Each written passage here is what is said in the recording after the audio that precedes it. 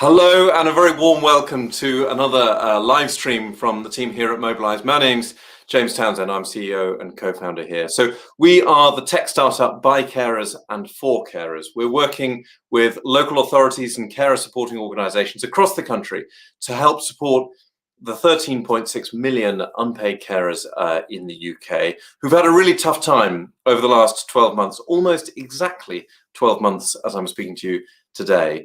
And we're taking this opportunity to think about the future, think about how we can build back better for carers, to take the lessons from the challenges of the last 12 months and use them to build a future. I'm really pleased that today we're going to be joined by Tom Redfearn, who is working in the public affairs team at the Alzheimer Society, and a very large number of unpaid carers in the UK are supporting people with some form of Alzheimer's.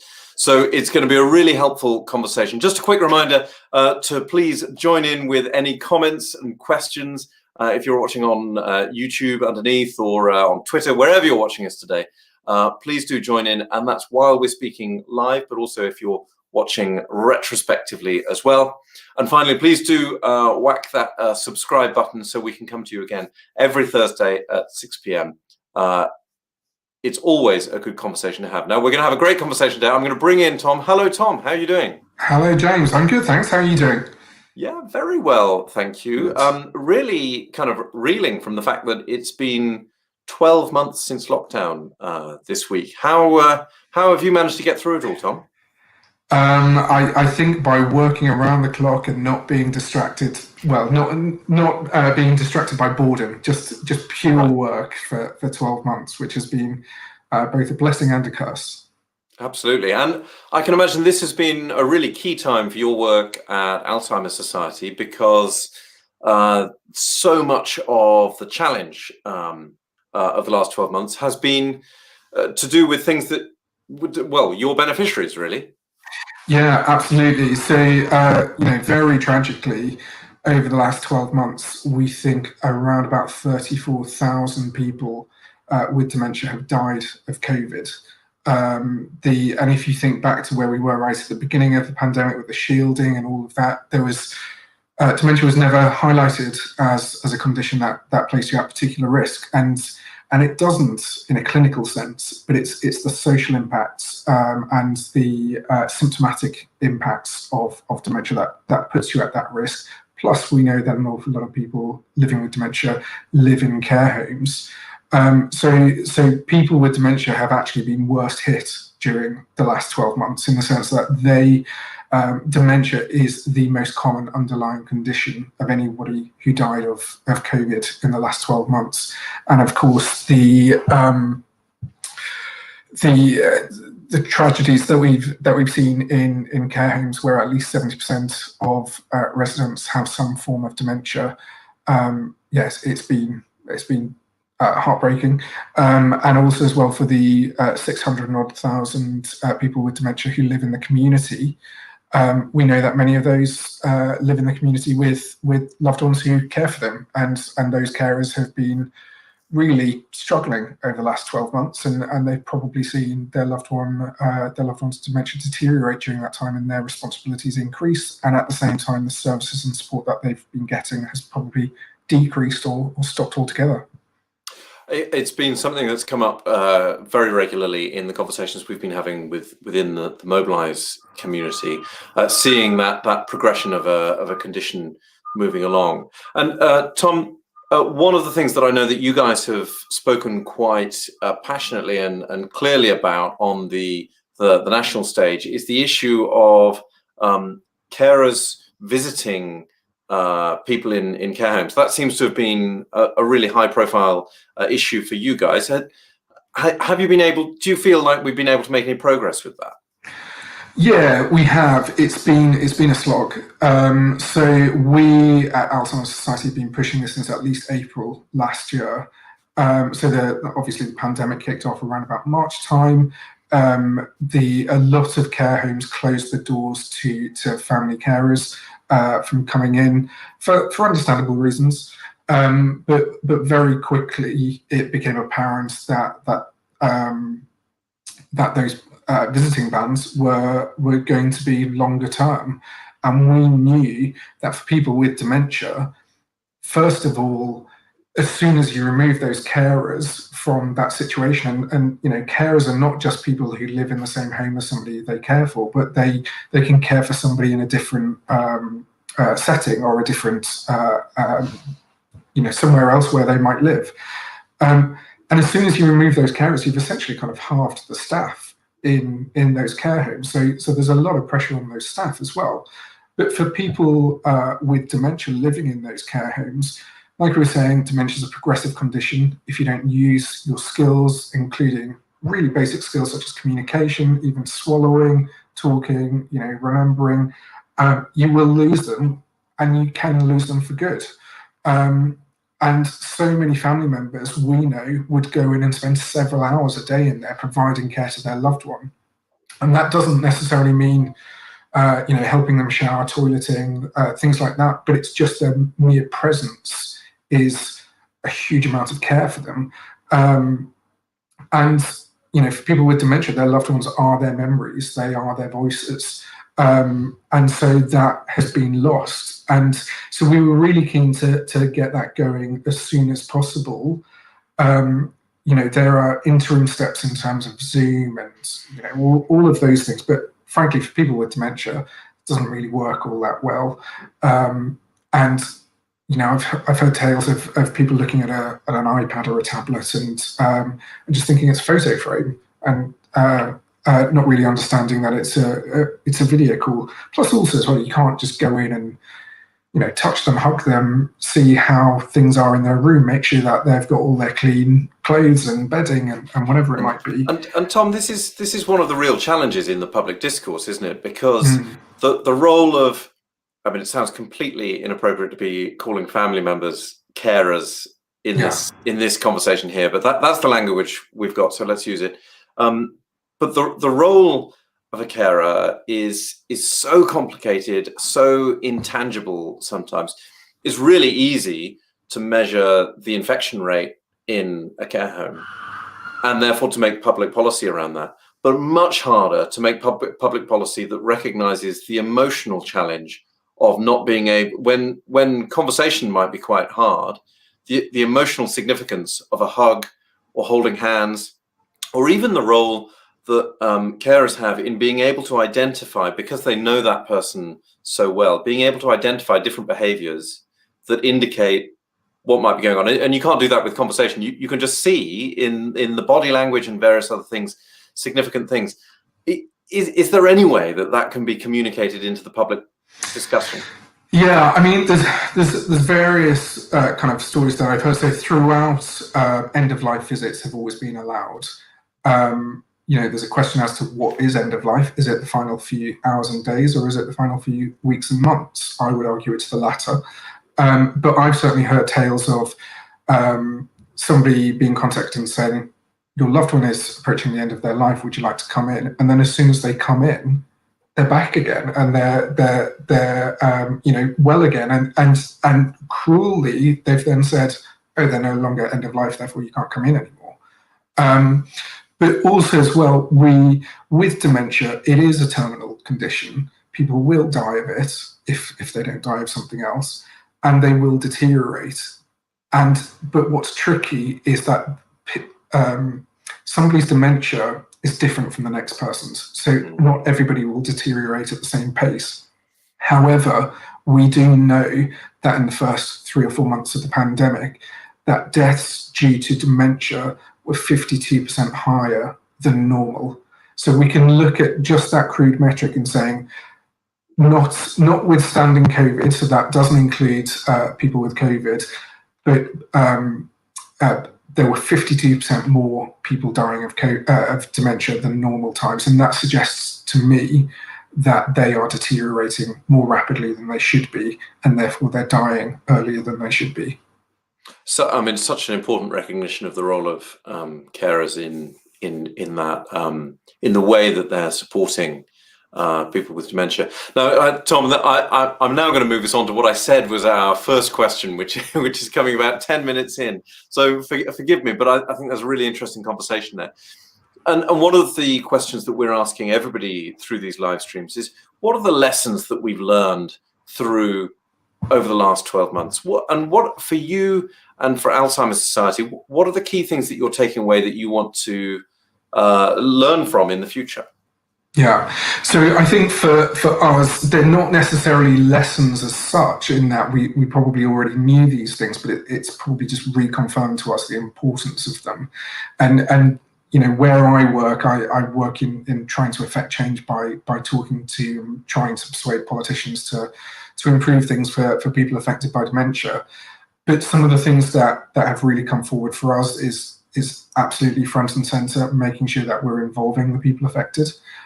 So ensuring that we're giving voice to them, and none have been more powerful than the loved ones of people in care homes over the last few months. So we've had three carers of people with dementia giving evidence to parliamentary select committees over the last few months, and that has been really powerful, far more powerful than politicians hearing me speak or you know, one of my colleagues. I think also as well, being very focused on the evidence. One thing that's been tricky over the last 12 months is that, you know, evidence takes time to come. And given that we're in a crisis, we don't have time to wait for a lot of that evidence. So a lot of the time we've had to rely on anecdotal, but when we can get the proper evidence, we need to utilize it. And I think also as well, be pragmatic. You know, change takes time. Not everything is a crisis or an emergency. Obviously the pandemic is. But generally, you need to pick and choose the things that are most important to focus on right now, and then plan out those subsequent steps. And I would say that kind of over the last 12 months, the kind of process that we've taken is that we've had three broad components to our COVID response. First one is halting death, so the immediate deaths that we were facing right at the beginning and throughout really. Halting harm. And so that's including making sure that visits were happening. And I don't mean harm in the sense of abuse, but harm in the sense of making sure that people don't deteriorate more rapidly than they should be. And then halting that deterioration. And so the next point for us, which we're just beginning some work on now, is around rehabilitation and recovery. And that's for both people with dementia and for people affected by dementia. And what we mean by affected by, that we'd encapsulate carers in that as well, because we know that you know, carers have been really under the cosh over the last 12 months. They need some respite, they need some extra support. But similarly, those people with dementia, they need some support to either pull back some of those skills that they're on the verge of losing, or help them to manage with the skills that they've still got. And I think one of the real challenges of the last 12 months, and again, we were kind of aware of this, but it's particularly stark in a crisis in which we've been in, is the real lack of knowledge or understanding of social care. And I mean that in terms of both society and politics. So right at the beginning of the pandemic, which feels like years and years ago, was the focus was all on the NHS. You know, we were getting daily figures, the number of people in hospitals, the number of people who'd sadly died in hospitals, but there was nothing about care homes. And anecdotally, we'd heard, and as I was saying before, you should always try and avoid anecdotal evidence, but we'd heard that there was really high death rates happening in care homes. But at the time, there was daily stats for deaths in hospitals, but the stats for deaths in care homes came with, I think it was an 18-day time lag, by which point you're 18 days behind what the actual picture is, and you've missed the chance to intervene. So we worked really hard to get those daily death figures, including care homes. We worked really hard to make sure that care homes were able to access free PPE. So again, right back at the beginning of the pandemic, the NHS was getting PPE, but care homes were having to go on the international market, going up against entire nation states to compete for PPE. And, you know, that's just not doable. And similarly, and that's not just for care homes, but for domiciliary carers as well. And also as well, at that point, we were seeing huge levels of people being discharged from hospital into care homes without any testing, and inevitably taking the virus in there. So we went really hard and fast right at the beginning to draw attention to those issues. And we were able to get that done, but unfortunately, by the time we'd managed to do that, thousands of people had already died. But I've no doubt that we've prevented thousands more deaths. And Tom, you mentioned that the level of understanding and recognition of social care as opposed to healthcare is a real challenge, and the levels of public perception are there. What do you think you have learned that we can be doing that makes that addresses that? So it feels like an awful lot of people over the past year, an awful lot of families will have had really difficult conversations about social care over the past year. What are the lessons that you want to take away that say, well, this is how we can raise the importance of those conversations in public conversation? I think it is first and foremost, use your voice. When you've got a politician on your doorstep, or when you're talking to somebody who's soliciting your vote, don't just talk about Brexit. Don't just talk about schools. Don't just talk about all these very important things. Social care is as important, and the people who utilize social care, contrary to the popular opinion, I think, are not just going to die anyway. They're not just, on their way out. It's such a horrible cliche, but I think that's how a lot of people understand it.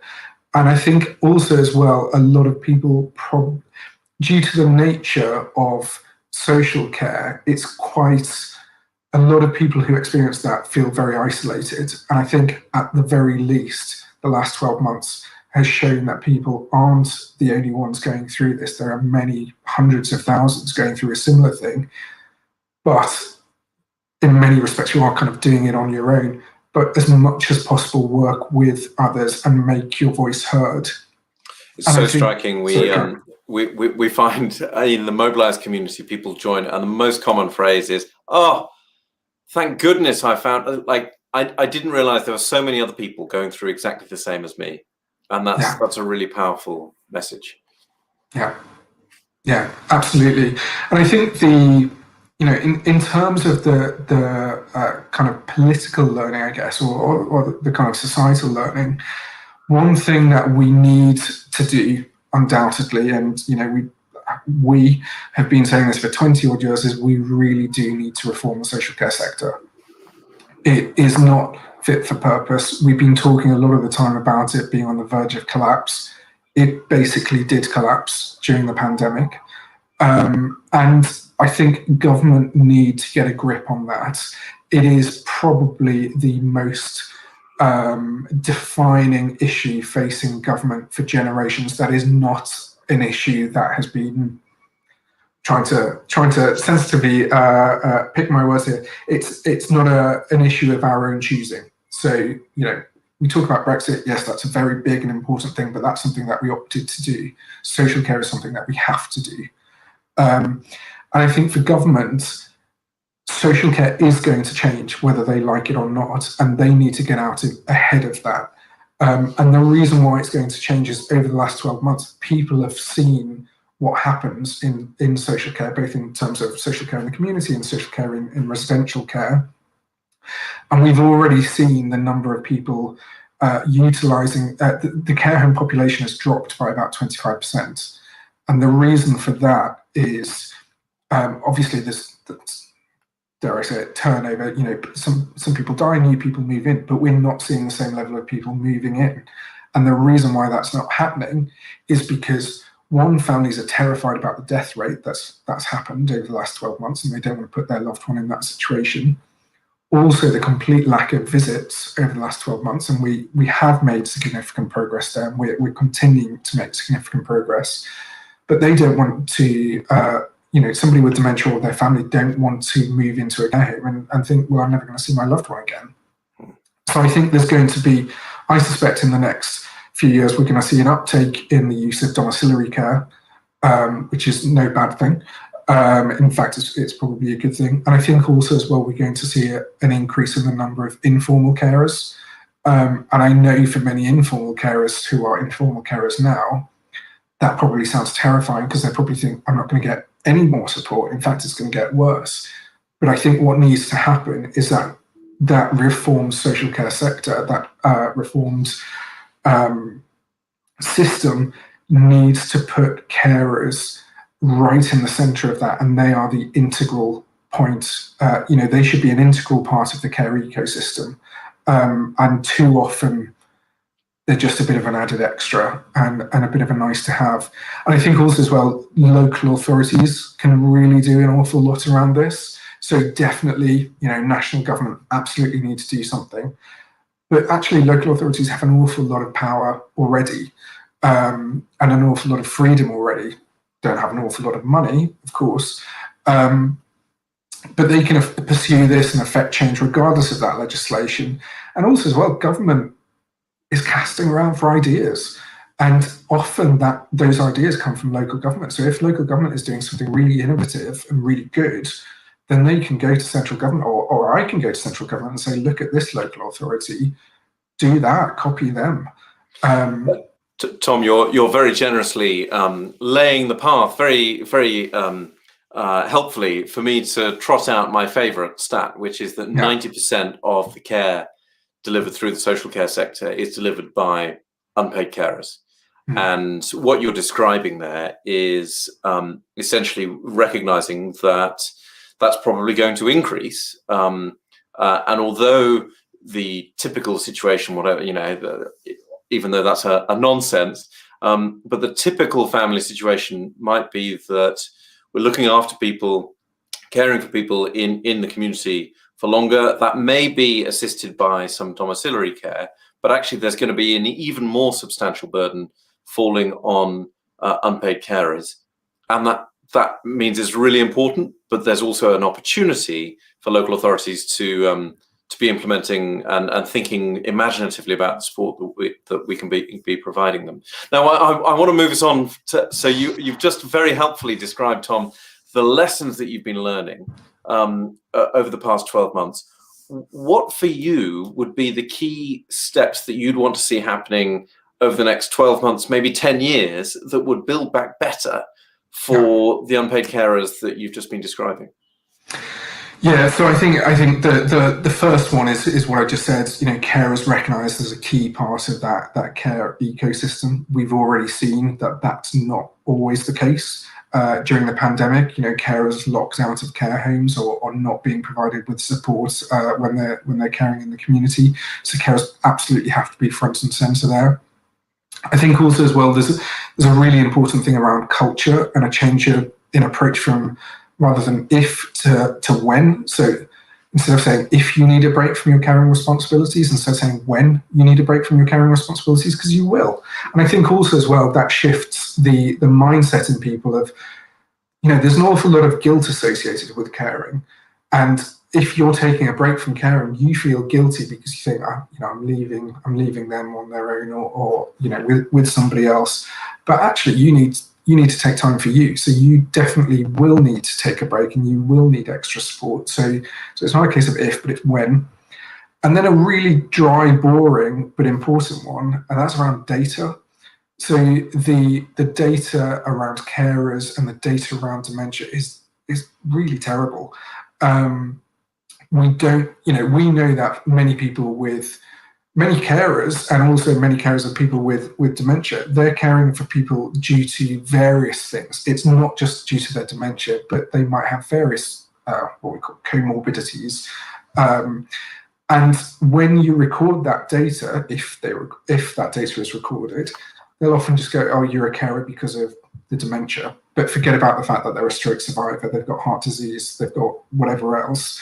And so we never get a full picture. So it's really important to get that data. And one of the things that will really be helpful for that, but also really helpful for the carers themselves, is better carers assessments and following up on those carers assessments as well.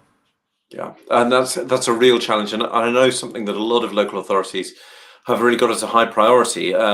Even though the Coronavirus Act suspended the requirement to deliver carers assessments, I was really struck by just how many continued not only to do carers assessments, but to continue pushing really hard on on what that was going to look like.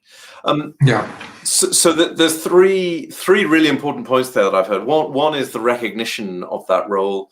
Second is to looking at respite and shifting the language from if and almost, you need to come and tell us when something's got to a situation where you need a break, to rather thinking, right, how are we going to plan for when that's going to happen and get that in order. And the data piece, which I think is so important, and we're seeing that so much of the challenge around unpaid care is that it happens behind closed doors in private, and therefore there's no system for collecting data. There's an excellent report, the name of which I can't remember, but Dot Everyone put it together 18 months ago, about the importance of collecting data around unpaid care as well as in the broader social care sector. Well, Tom, you've done a great job there of giving some pithy points to take away. If there's one thing that you would like to see that can drive this forward, what would that be?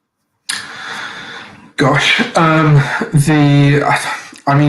going to be the cliche around money.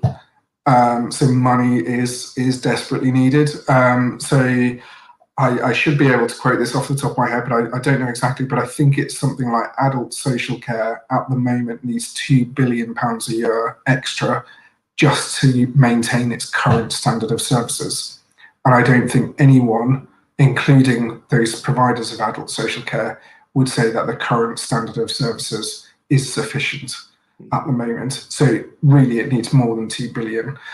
We've just seen today the government announced 7 billion for health and social care services. When you get down into the detail, 6.6 billion is for health services and 341 million is for social care, which, every penny is welcome, but there's a significant disparity there, isn't there? And if we're and I completely understand it. A hospital is very clear to see. Everybody knows where the hospital is, but carers and a social worker or somebody like that doing a carer's assessment is invisible, as you were saying. Yeah. And I think what's also really difficult is that so many carers don't recognise themselves as carers, and that's not to do them down, but they say, well, I'm not a carer, I'm a husband, I'm a wife, I'm a son, I'm a daughter. This is what I do. But we do really, but in identifying yourself as a carer or somebody else identifying you as a carer, that unlocks an awful lot of extra support for the time when you might need that extra support, because you might not need it now, but in the future you might. There's that such an important message in there, isn't there, that that carers are not invisible but are unseen, and we all need to do a better job of seeing both ourselves as carers, but also seeing others as well, both at a private and a system level. I like the, we often, well, I think we used to talk a lot about hard to reach groups, of which carers are probably one, but I prefer the phrase easy to ignore, because then it puts the onus on us for ignoring them rather than them being hard to reach. And I think that's absolutely the case with carers. They're easy to ignore, and so we need to make them hard to ignore.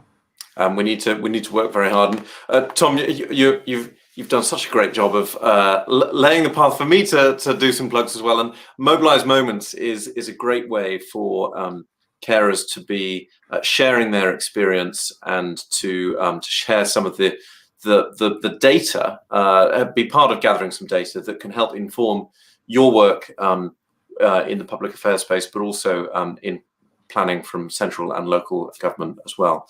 Tom, thank you so much for all the work that you're doing and for taking the time out to join us. No problem. Today. Thank you. Really appreciated. As I said at the beginning, we are here every Thursday at 6 o'clock. Please do join us again. Make sure you've subscribed. There's a big red button somewhere on your screen. And we'll look forward to seeing you again. Tom, thanks once again. Speak to you soon. Thank you.